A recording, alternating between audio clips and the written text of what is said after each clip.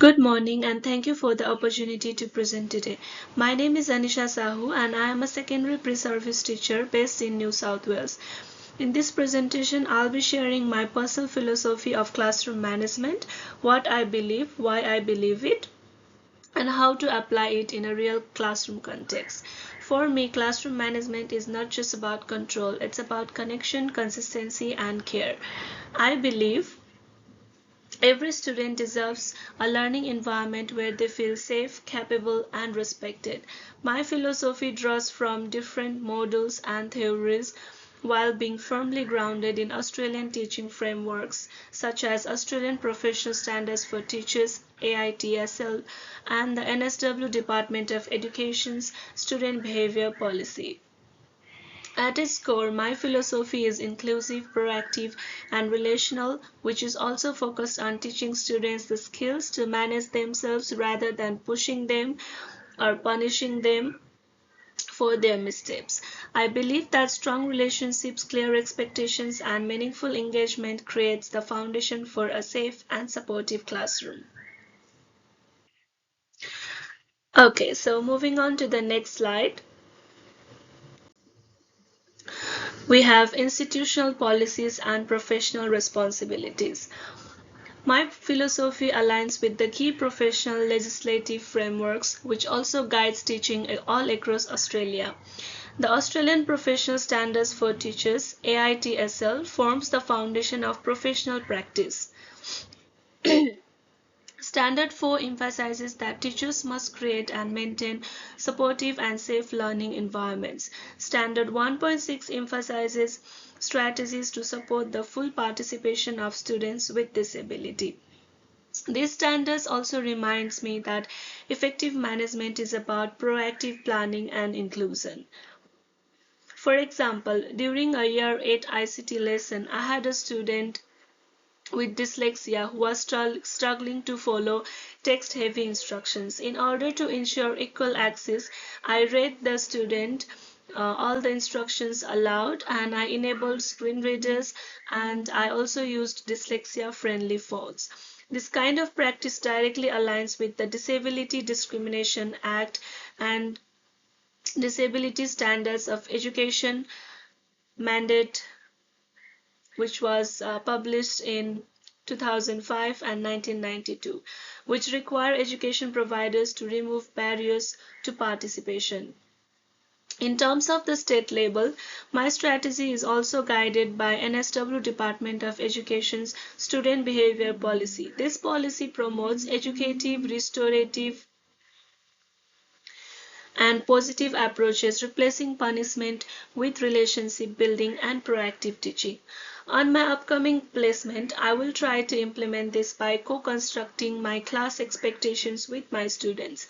Together, we will explore questions like what does respect sound like, what does respect look like and feel like in our classroom. Students would then create some visual posters about these values and present them to the class.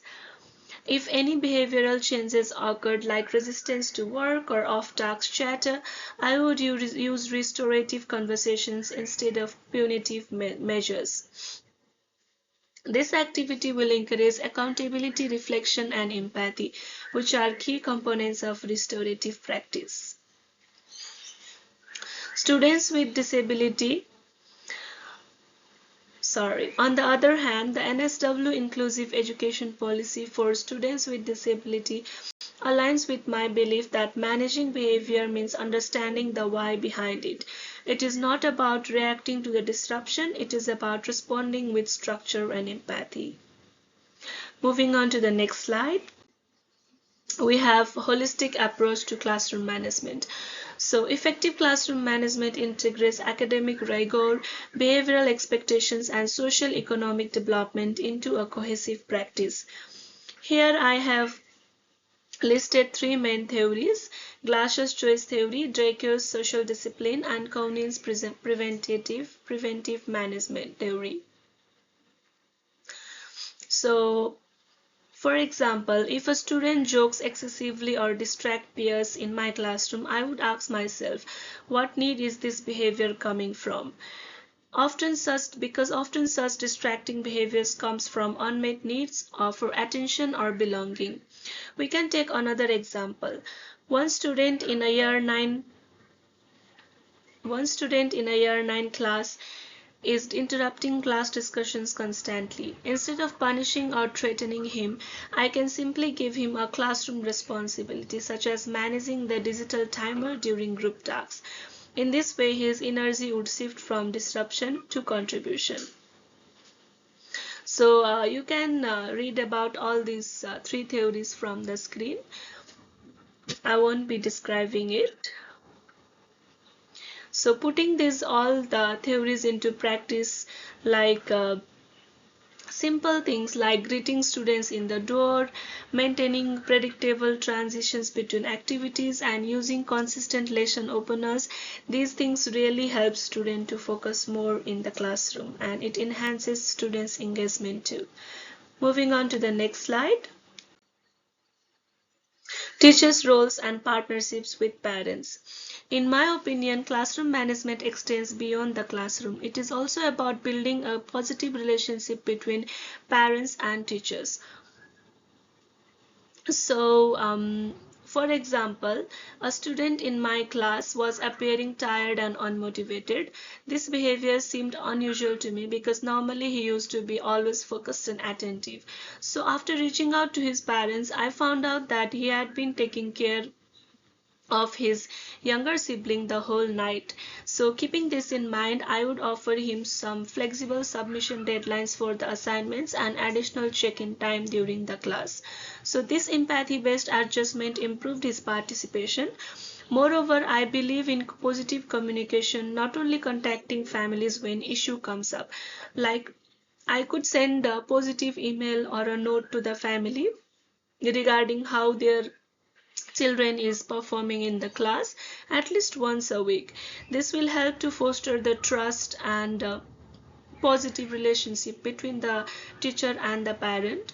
And so teachers' roles and partnerships with parents is very crucial for a student's life. Moving on to the next slide, we have proactive strategies for student engagement and self-regulations. So here we have clear expectations and consistency, taking the relationships priority, giving priority to these relationships, and engaging instructions, whereas social emotional learning too.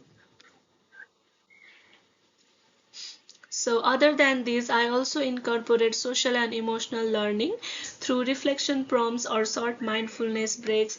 I would also like to introduce reset passes for my students. And as I move forward in my teaching career, I aim to create classrooms which are structured yet flexible, disciplined yet joyful, and above all, centered on human growth and connection. And these are my references. Thank you so much for listening to me today.